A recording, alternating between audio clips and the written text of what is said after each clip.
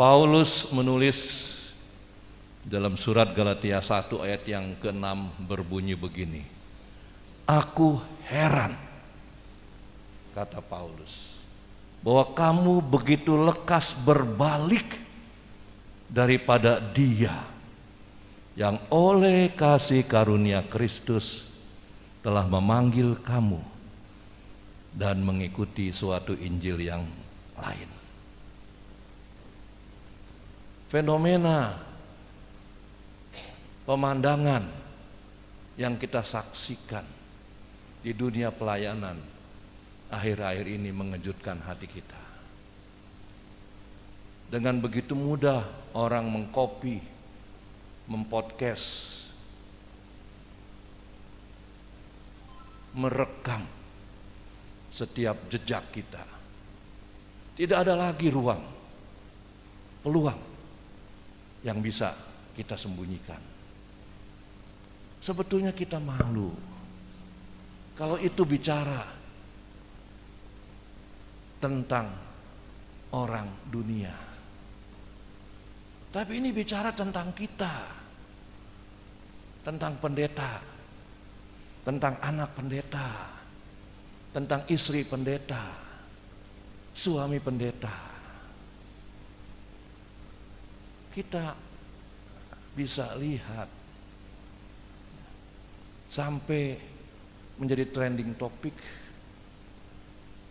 jadi bahan pembicaraan viral beberapa pendeta yang di panggung depan kelihatannya hebat, suci, kudus, mulia, kelihatan punya keluarga yang harmonis, jadi contoh. Tetapi kita kaget sekaget-kagetnya. Pendeta ini memimpin sebuah gereja besar di satu kota. Istrinya penulis buku yang hebat tentang keluarga yang bahagia. Dan basis pengajaran gereja ini adalah keluarga yang bahagia. Bahkan saya sempat menyaksikan YouTube-nya di Jepang ketika pendeta ini naik kereta api cepat Shinkansen. Dia menyampaikan poin-poin, butir-butir kalau keluarga ingin bahagia. Tetapi beberapa waktu kemudian pendeta ini tersiar kabar meniduri anak sejak usia sekolah minggu hingga menjadi pemudi. Sementara sang papa dari anak korban pelecehan seksual ini adalah salah satu donatur terbesar di gereja yang dipimpin oleh pendeta BIADAB, Biadab. Nama gerejanya Gereja Keluarga yang Bahagia. Apa ini yang disebut bahagia? Ada juga belum lama di podcast seorang pengacara terkenal menyiarkan keluarga pendeta dan anaknya yang jemaatnya puluhan ribu, kebaktian di kota metropolitan ditenggarai masuk kelompok penipuan uang. Beberapa nasabah bekerja sama dengan perusahaan. Viral karena disampaikan oleh pengacara terkenal. Ada juga pendeta dan anaknya yang mengeksploitasi, mempergunakan ayat-ayat firman untuk menakut-nakuti jemaat, menggertak supaya memberikan perpuluhan dengan jujur dan tepat waktu. Gereja tidak ubahnya dengan lembaga dunia yang masih ada peluang untuk membela diri, ada pengadilan yang menyatakan dia salah atau tidak. Tetapi demi uang segala cara dihalalkan. Ada juga pendeta yang belum rame yang berasal dari sebuah kota di Jawa Timur. Kebetulan satu RT dengan salah seorang pengurus MPH. Saya tidak sebut namanya karena ini live. Sampai saya bilang nanti Desember saya ditugaskan di sana melayani. Kalau bisa tolong, saya mau undang pendeta tersebut untuk makan malam atau makan siang. Yang penting jangan makan orang. Karena pendeta ini ditengarai, meniduri 4 anak dari sopir gereja. Kalau kita mendengar ini dilakukan oleh preman, oleh bandit-bandit yang ada di jalan, kita tidak heran, tidak sedih. Tapi ini dilakukan oleh orang yang memiliki jabatan imam, mulia, terhormat, Tuhan yang nampak lewat hidupnya mestinya.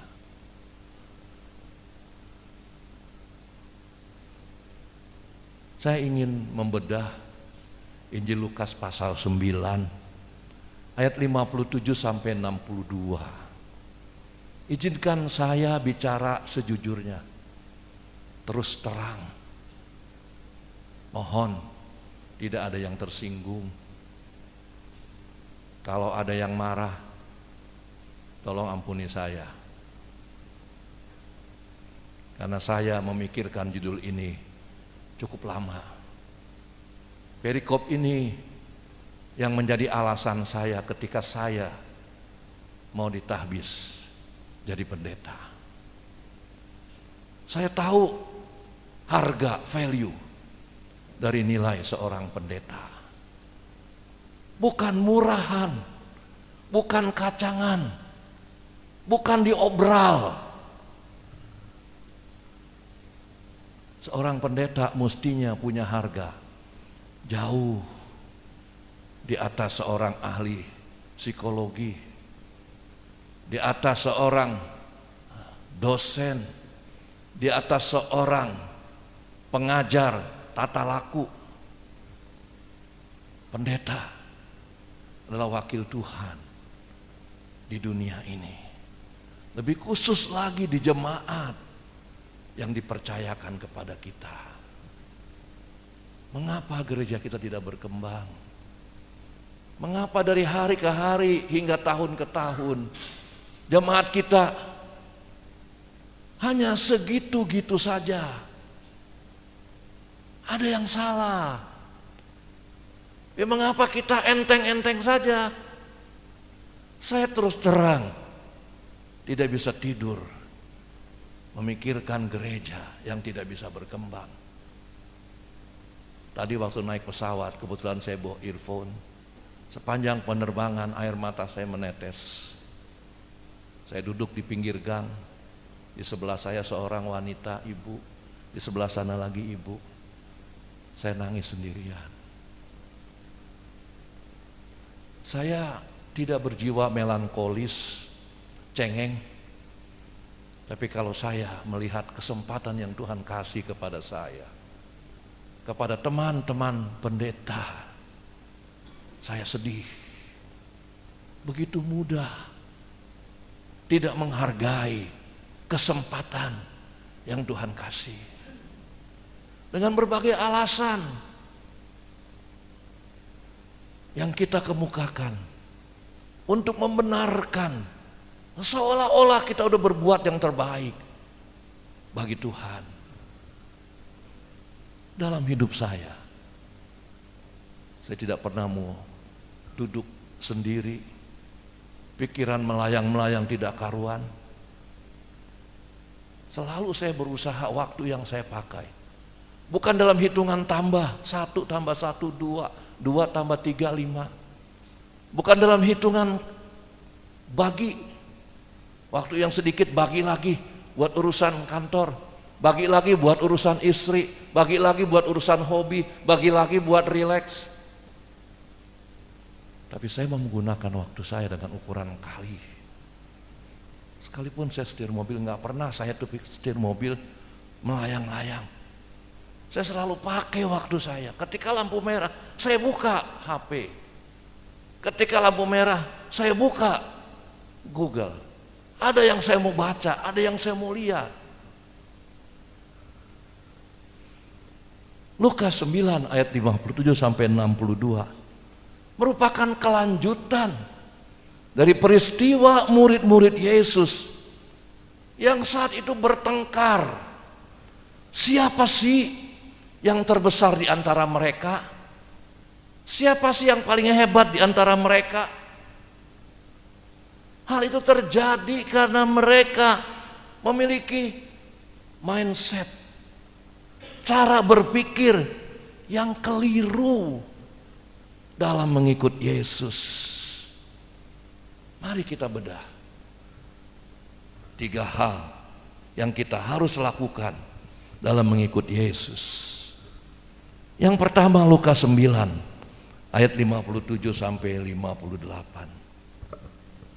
Ketika Yesus dan murid-muridnya melanjutkan perjalanan mereka, berkatalah seorang di tengah jalan kepada Yesus, "Aku akan mengikut engkau kemana saja engkau pergi." Kalau kita baca ini, kita dengar ini, hati kita bergetar. Hebat orang ini. Dia tidak memilih. Kalau engkau pergi ke sana, saya ikut.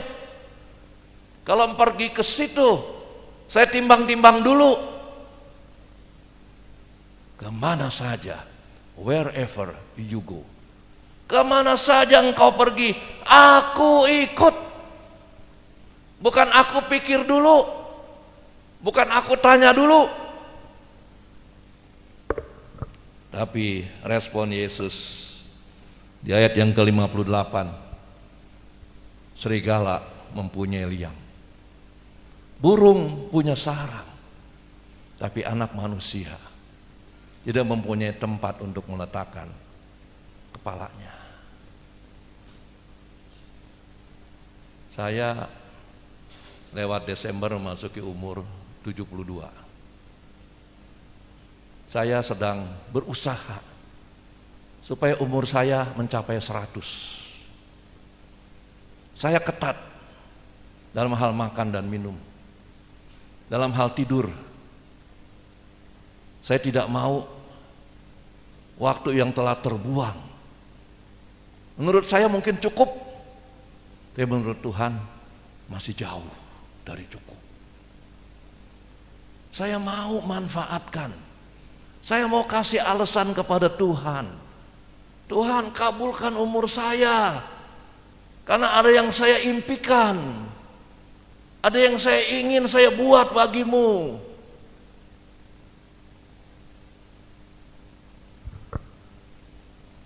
Intisari daripada perkataan Yesus ini, kita semua tidak boleh lagi memikirkan kesenangan dunia.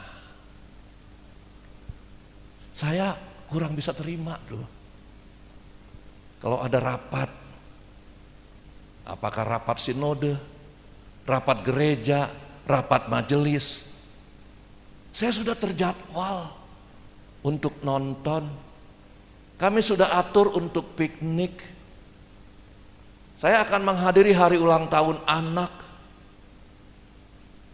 Saya punya anak, saya punya cucu, saya punya istri, saya juga punya hobi. Tapi Tuhan harus nomor 1 buat saya tuh. Top priority. Paling atas. Kalau perlu saya break, saya langgar janji saya kepada orang lain. Kalau perlu saya kecewakan anak saya atau cucu saya. Jika saat yang sama ada kepentingan kerajaan sorga. Tidak mudah. Ketika seorang muridnya menyatakan bahwa dia akan ikut Yesus kemanapun Yesus pergi, maka Yesus menyatakan dia tidak punya rumah.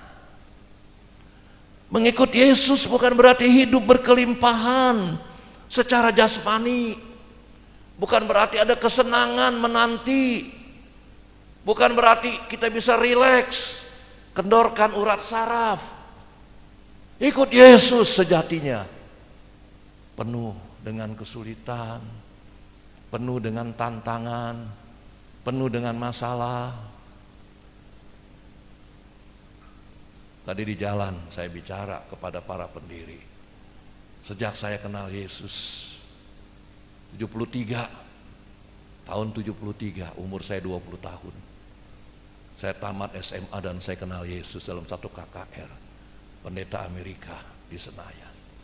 Sejak saat itu saya serahkan total hidup saya untuk Tuhan. Saya masuk dalam pelayanan dan tidak pernah saya main-main. Saya bekerja all out.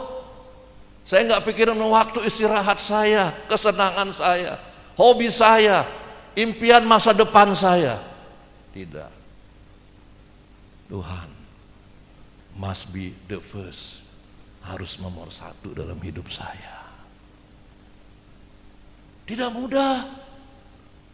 Ada barrier, ada halangan, ada tantangan di depan kita. Masakan Tuhan tidak membela kita kalau kita punya niat dan dia baca hati kita bahwa buat kita Tuhan nomor satu. Pertemuan misi nasional digagas oleh MPH dan ini yang pertama. Tapi kita akan lanjutkan yang kedua 6 bulan ke depan, kira-kira bulan April, khusus untuk aktivis sekolah minggu remaja dan pemuda. Berikutnya mungkin 3 bulan setelah itu kita ketemu lagi. Dan semakin ke depan frekuensi pertemuan ini akan semakin banyak. Kita nggak main-main.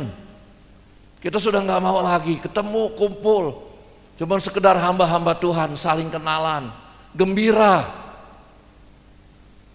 Tapi kita mau hari-hari ke depan kita pakai untuk mengejar ketinggalan.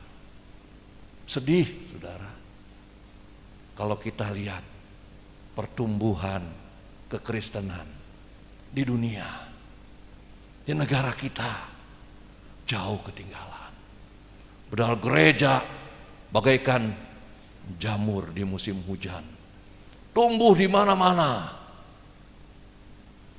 tetapi umumnya hanya berupa vakum cleaner, sedot sana, sedot sini, hanya menjangkau mereka yang sudah kenal Tuhan, tapi tidak mau bersusah-susah, mereka yang belum mendengar nama yang ajaib itu. Saya harus cerita, kita sudah buka cabang di Batang, Pekalongan. Kita sudah wawancara seorang hamba Tuhan. Dia lulus S2 dari satu sekolah yang kebetulan pimpinannya adalah teman saya dari luar negeri.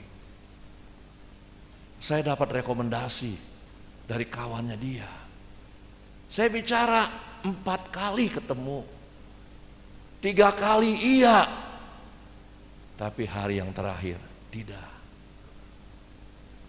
Bahkan hari yang pertama, kebetulan saya habis rapat, anak saya ikut dan saya ajak. Dia dengar semua pembicaraan. Saya cerita kemarin batal. Kok begitu ya? Padahal di awal-awal dia sudah menyatakan iya. Dan dia ada kebutuhan untuk anaknya. Dan saya tahu papa sudah kasih langsung. Apakah kualitas seperti ini yang kita mau tunjukkan sebagai pelayan Tuhan? Saya jujur saja, saya buka jubah saya lipat stola saya, dan saya serahkan kepada sinode. Saya belum layak jadi hamba Tuhan. Saya belum layak jadi gembala. Saya masih berusaha untuk mengejar kesenangan dunia. Saya masih berusaha mengutamakan kebahagiaan keluarga. Kurang apa coba? Tuhan kasih peluang kita untuk berpasangan. Minta anak, Tuhan kasih. Anak kita yang pertama pinter. Minta rumah kecil-kecilan, Tuhan kasih. Masih kurang. Saya harus bilang, sudah bergeser. Makanya di sinode lama saya bilang, jangan harapkan saya untuk gampang-gampang mentahbis pendeta. Saya mesti ketemu 4 mata, saya mesti tanya, siap bayar harga? Siap pikul salib? Lebih bagus tunda daripada mengecewakan Tuhan. Banyak orang masih memikirkan peluang baginya di dunia ini, sehingga pelayanan nyambi, tahu nyambi? Berbarengan. Kalau jualan bubur ayam nyambi, utamakan pelayanan, masih lumayan. Tapi ini pelayanan nyambi, yang utama jualan bubur ayam. Bukan nggak boleh. Waktu saya 24 jam terpakai penuh. Kadang-kadang tengah malam saya bangun, saya ingat ini, saya buru-buru ketik di HP, besok nih ada ini. Saya juga sama, punya otak yang terbatas, punya waktu yang 24 jam saja, tenaga juga makin berkurang. Kenapa kita ingkar dari janji kita? Kenapa kita tidak bisa sungguh-sungguh sesuai dengan janji kita? Aku akan mengikut engkau kemana saja engkau pergi. Kita nggak tanya apa resikonya, ada bahaya apa di depan, sanggupkah kita melewatinya? Kita nggak tanya loh. Kita siap, I am ready. Kalau perlu nyawa yang selembar ini kita berikan. Makin hari saya makin pesimis loh. Teman saya, termasuk Pak Johan Kusmanto ini, kami kenal 23 tahun yang lalu. Ketika kami sama-sama aktif bermisi dunia. Kami pergi ke Den Haag, kami pergi ke Amerika Serikat, kami pergi ke Hong Kong, karena beliau di Hong Kong gerejanya. Tidak mudah, tenaga, pikiran, uang. Tapi kami tidak pernah surut ke belakang. Seperti peribahasa, sekali layar terkembang, pantang pulang. Pemadam api saja punya tagline, pantang pulang sebelum api padam. Ini cuma pakai gelar saja pendeta, di belakangnya STH, MTH, MAU, mau apa lagi? Tapi semangatnya semangat tempe, bernyala-nyala di awal, tapi perlahan-lahan surut.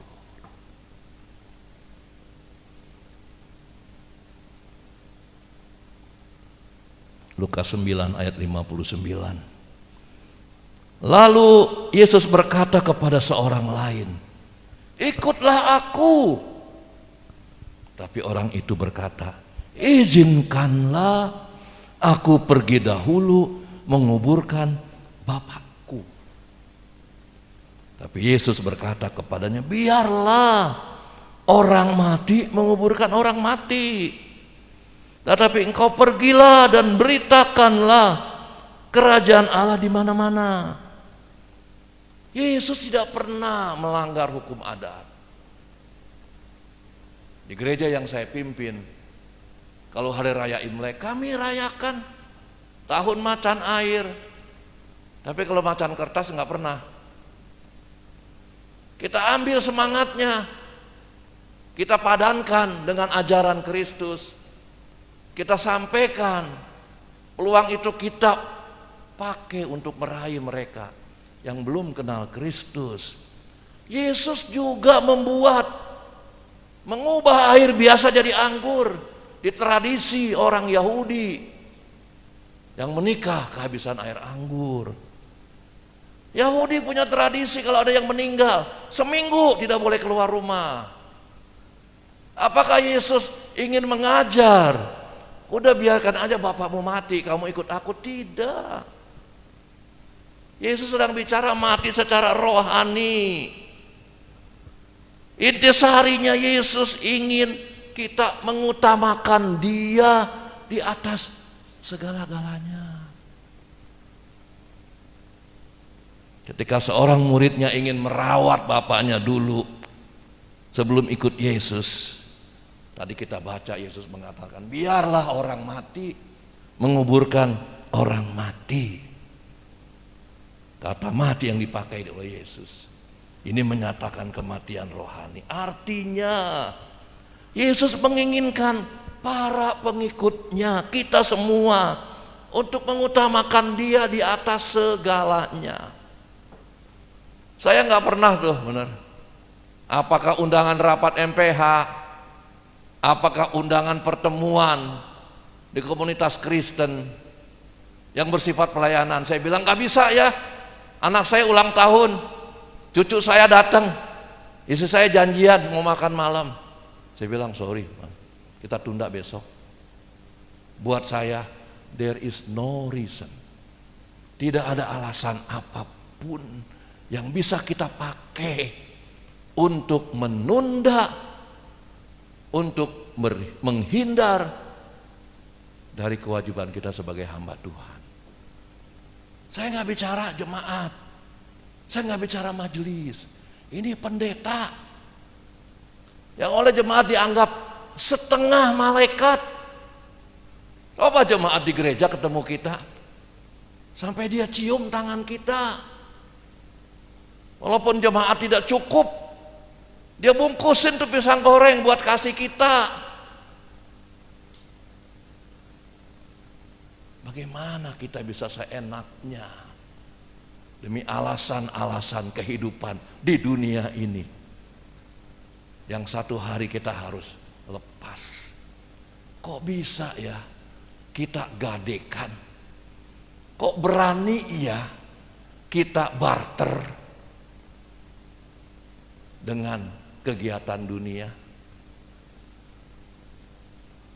Nanti habis ini buka HP saya tuh yang satu tuh, itu HP bisnis tuh, ada puluhan tuh yang minta jawaban dari saya tuh. Tapi saya sudah bilang saya lagi memimpin rapat sinode, mungkin agak lambat respon saya. Saya tahu, saya mau belajar mana yang harus saya utamakan. Pentingkah? Penting, tapi ada yang lebih penting. Mendesakkah? Mendesak, tapi ada yang lebih mendesak. Orang Inggris bilang top urgent. Apa itu? Aktivitas sorgawi. Kok sulit sekali memberi tempat yang utama kepada Tuhan. Belum bicara duit, belum bicara nih kepala nih, Saya punya kepala juga cuma satu. Tapi kalau untuk Tuhan diminta, saya nggak pikir panjang.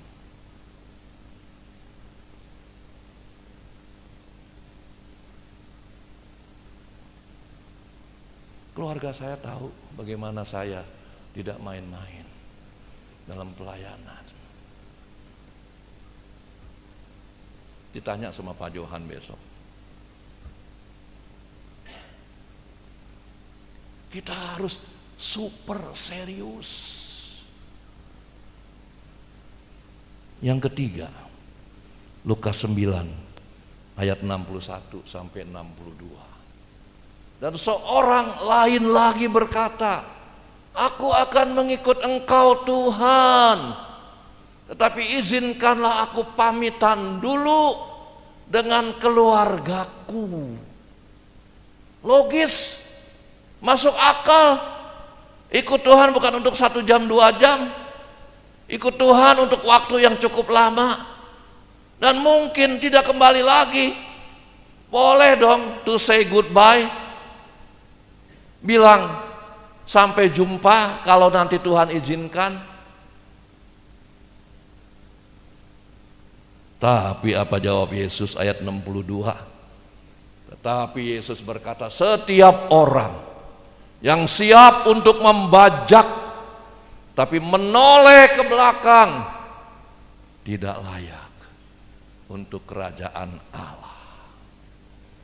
Wah, ungkapan ini betul-betul tajam untuk kita. Noleh aja nggak boleh, apalagi berhenti, apalagi mundur, apalagi tunda, apalagi stop. Noleh aja nggak boleh. Itulah sebabnya mengapa pelayanan kita jalan di tempat. Nggak bahaya tah? Enggak kasihan tah sama tetangga yang mengerang, sama istri yang nggak bisa tidur karena suami mengkhianati.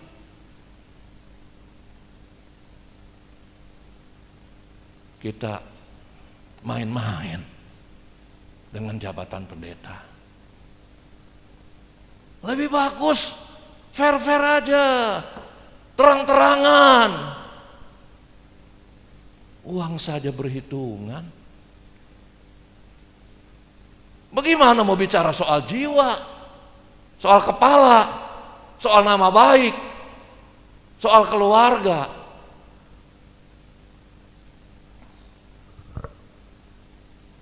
Paulus dalam Filipi 3 ayat 13 berkata begini,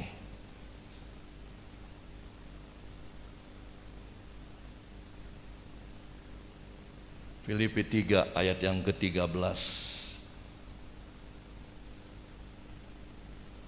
Saudara-saudara, aku sendiri tidak menganggap bahwa aku telah menangkapnya, tetapi ini yang kulakukan, aku melupakan apa yang telah di belakangku dan mengarahkan diri kepada apa yang di hadapanku. Siap bergerak, siap bertindak, siap bertarung, siap berjuang, siap menghadapi apapun resikonya, dan melupakan apa yang di belakang. Dalam Filipi 3 ayat 18 lebih tegas lagi ditulis. Filipi 3 ayat 18. Filipi 3 ayat 18. Betul ya?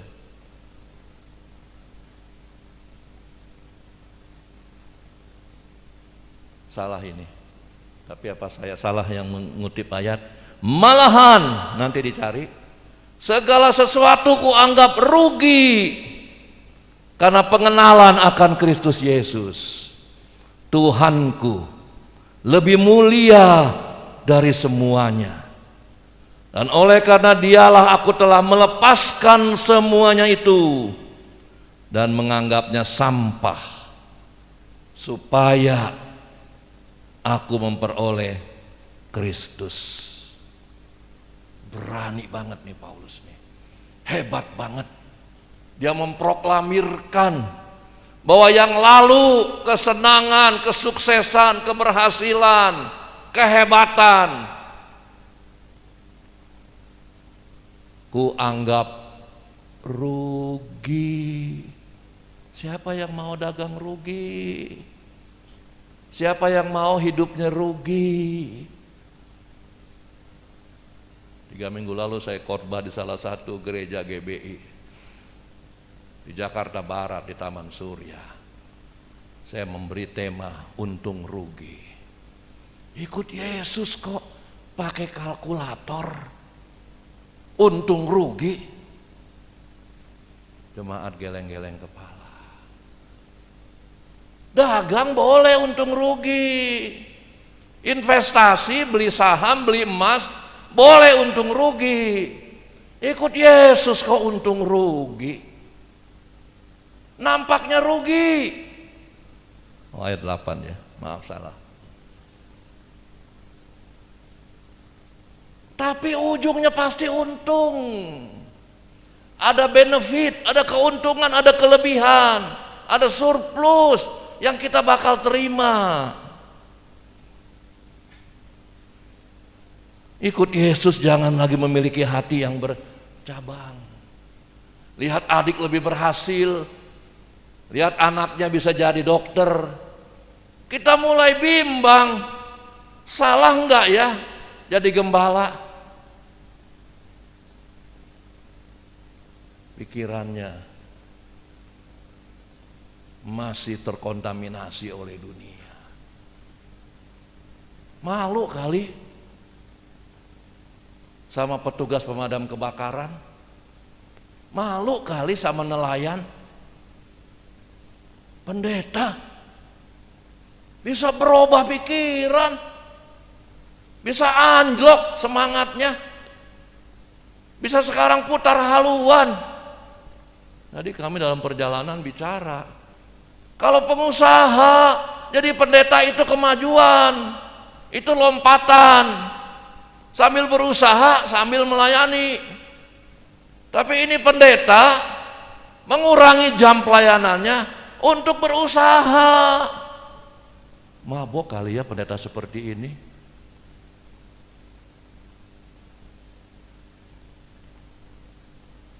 Saya kalau lagi pimpin rapat, saya stop rapat karena ada masalah pelayanan. Kita tutup rapat sampai di sini, kita lanjut lagi besok, waktunya diberitahu. Bukannya karena ada rapat, pelayanan ditinggal, dijadikan alasan. Apapun alasannya, saya ingin ingatkan kepada teman-teman pendeta, tidak boleh kita kalahkan dengan kepentingan dunia ini. Begitu pula duit. Jangan hitung-hitungan dong sama duit. Kalau orang lain gak mau, kita yang kasih. Udah tahu firmannya, terlebih berkat memberi daripada. Kenapa prakteknya mau nerima aja?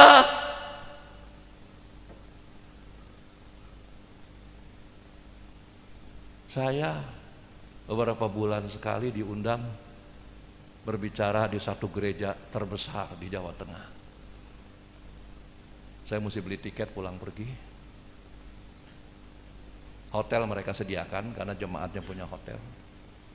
Makan sering ditraktir sama gembalanya, seorang doktor lulusan Fuller Theological Seminary, senior, tapi dia sangat menghargai saya. Diundang 2 kali khotbah, sekali kebaktian 3.000 jemaatnya.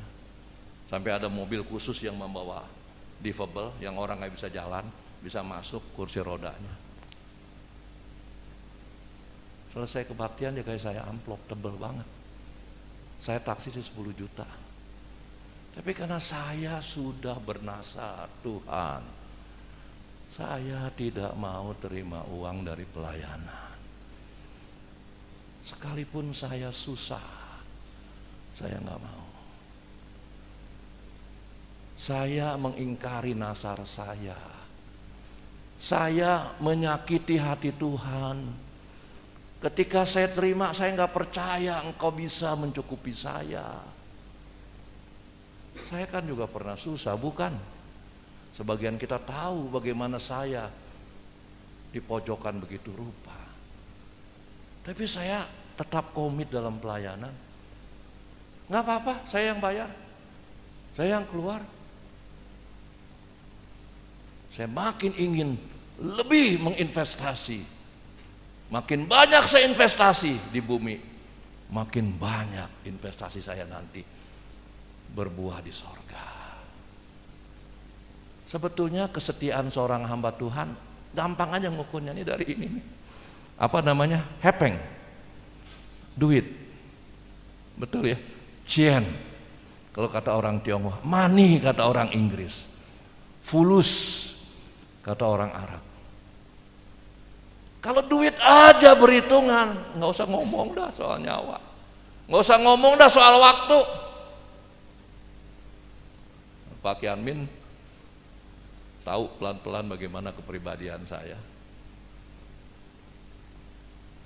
Bukan karena lebih kita memberi, tapi kita mengerti apa arti memberi bagi Tuhan. Itu saja. Uang saya jatuh 1.000, saya ambil loh, benar. Jangan kaget, saya ambil, kan sayang nyarinya. Tapi kalau perihal memberi jangan bandingkan dengan 1.000 dong. Minggu lalu saya makan di sebuah mall, pilih menu 65.000, minumnya teh hangat 30.000. Habis makan saya protes, Mbak, kok harga teh separuh daripada menu yang komplit itu? Ada ikan, ada sayur, ada ayam, ada emping, ada telur asin. Mbak, bilangin sama pemiliknya, lain kali saya makan saya nggak mau beli minuman, makan entar minumnya di luar. 3 hari lalu saya mampir, saya makan, bener saya nggak pesen minumnya. Harus hemat. Tapi dengan Tuhan itu bukan hemat namanya, pelit. Dan kita udah tahu akibatnya. Bagaimana mau diberkati sama Tuhan? Gimana anak-anak kita mau jadi orang hebat? Gimana donatur akan datang ke gereja kita kalau kita masih coba-coba melayani Tuhan? Melayani Tuhan kok coba-coba?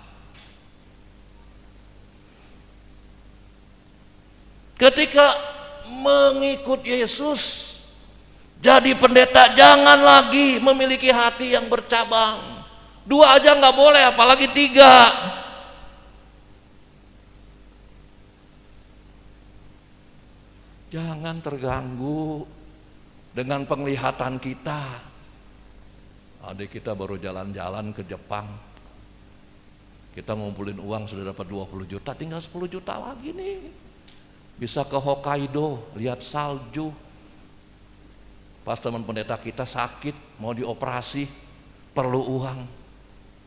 Begini. Saya pastikan pendeta yang demikian tidak akan diberkati seumur hidupnya.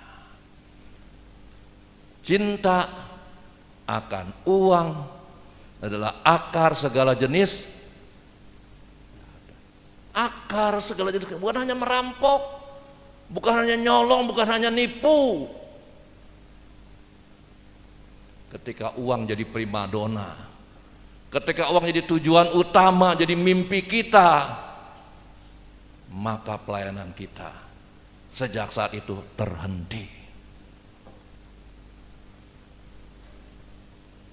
Ketika ikut Yesus, jangan lagi memiliki hati yang bercabang.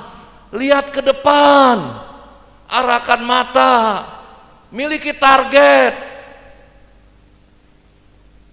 Nah, Pak Wandi tahu, kita akan buka gereja Ebenezer 2 dalam tahun ini.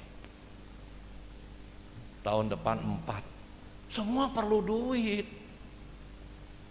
Ini kemarin panitia di grup mau bikin ekstra kolekte. Saya belum jawab tuh Pak Wandi.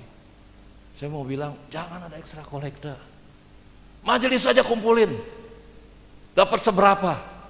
Kita berdoa biar cukup. Jemaat jangan dibebankan. Situ yang Natalan, kami yang ditambahin ekstra kolekte. Kasihan dong jemaat.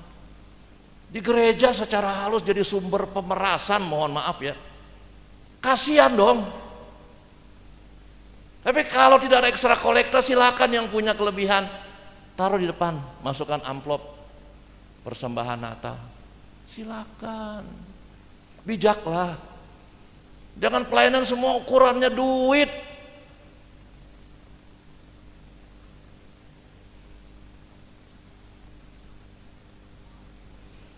Satu Petrus 2 ayat yang kedua. Dan jadilah seperti bayi yang baru lahir, yang selalu ingin akan air susu yang murni dan yang rohani, supaya olehnya kamu bertumbuh dan beroleh keselamatan. Jadilah seperti bayi yang baru lahir. Apa yang dicari bayi yang baru lahir? Air susu, supaya dia bisa tumbuh. Kita kok ini yang ngerti firman, yang berani khotbah dari mimbar, kok nggak bisa sih menunjukkan praktek kehidupan sebagai seorang pendeta? Saya nggak tujukan kepada Pak Kianmin, karena Pak Kianmin belum pendeta. Sebentar lagi mungkin akan jadi evangelis ini.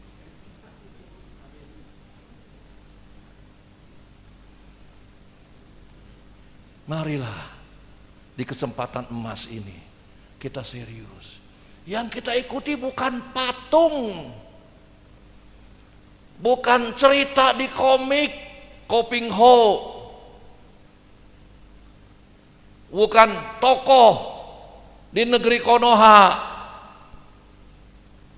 Yang kita ikuti adalah Tuhan yang kita yakini Dia hidup, Dia lihat kita, Dia perintahkan kita.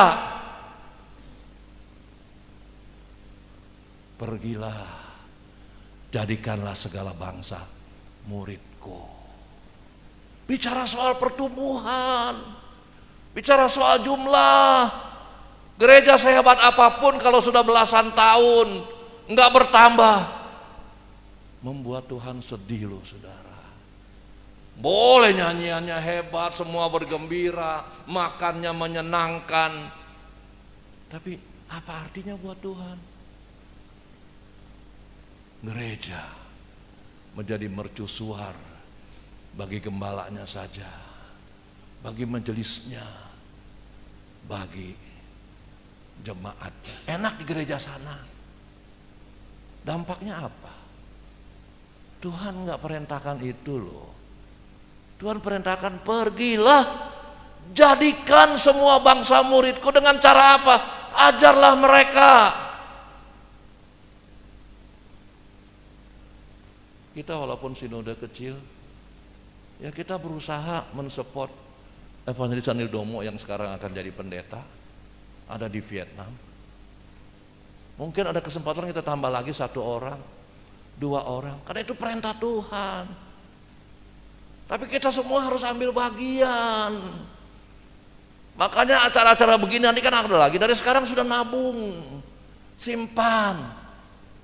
Malah saya akan bantu 1 orang Pak.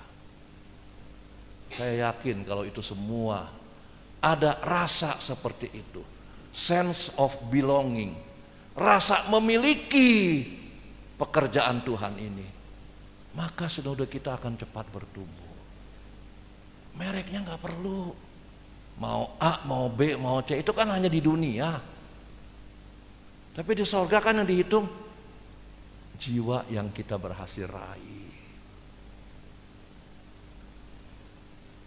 Maka marilah kita terus mengikut Dia apapun yang terjadi, sampai kita memperoleh hadiah kelak dari Tuhan Bapa Sorgawi kita. Jangan cepat-cepat mengeluarkan statement. Jangan bilang saya bersedia mati demi Kristus. Jangan bilang saya begini, saya begitu.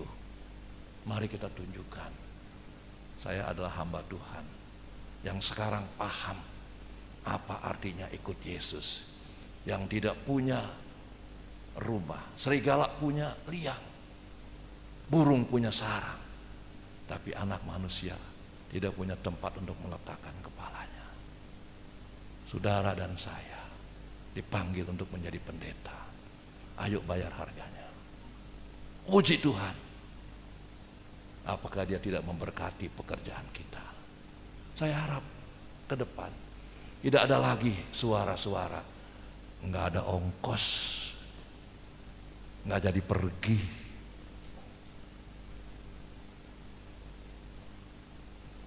Satu waktu terakhir ini saya diundang di gereja di Medan.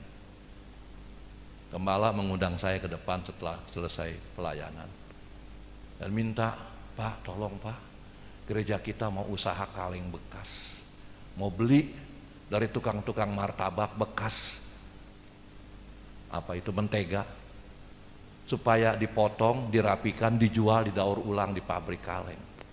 Saya ke depan, saya sederhana, siapa yang punya handphone? Hampir 90% jemaat angkat tangan. Gembalanya juga angkat tangan, saya lihat. Tolong dong handphonenya dikeluarin, keluarin semua. Malah ada yang keren kan, handphonenya baru, tipe bagus. Saya bilang gereja kita perlu biaya.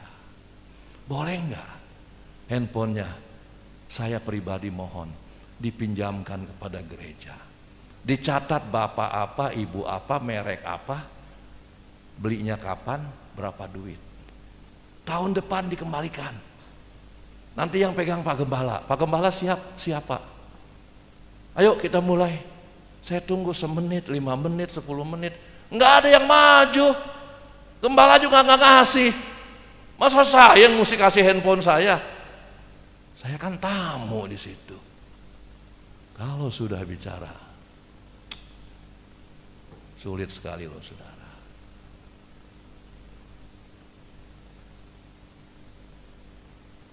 Jangan hitung-hitungan sama Tuhan, rugi kita. Saya bilang sama banyak orang, kalau kita mau minta umur panjang, kalau kita mau minta sehat,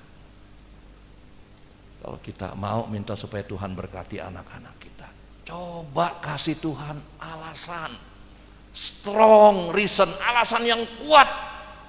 Kalau Dia kasih kita umur panjang, mau dipakai apa umur itu?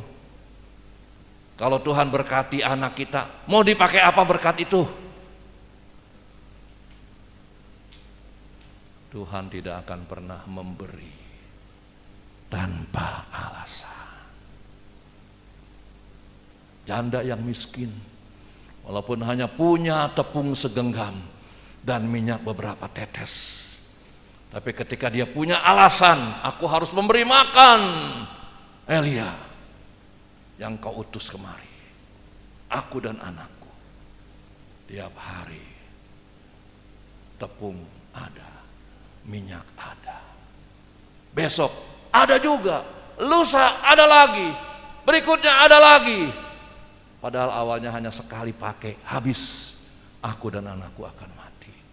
Tapi karena dia punya alasan yang kuat, Tuhan bikin mujizat. Amin. Mudah-mudahan firman Tuhan hari ini merubah mindset kita dalam melayani Tuhan. Tuhan Yesus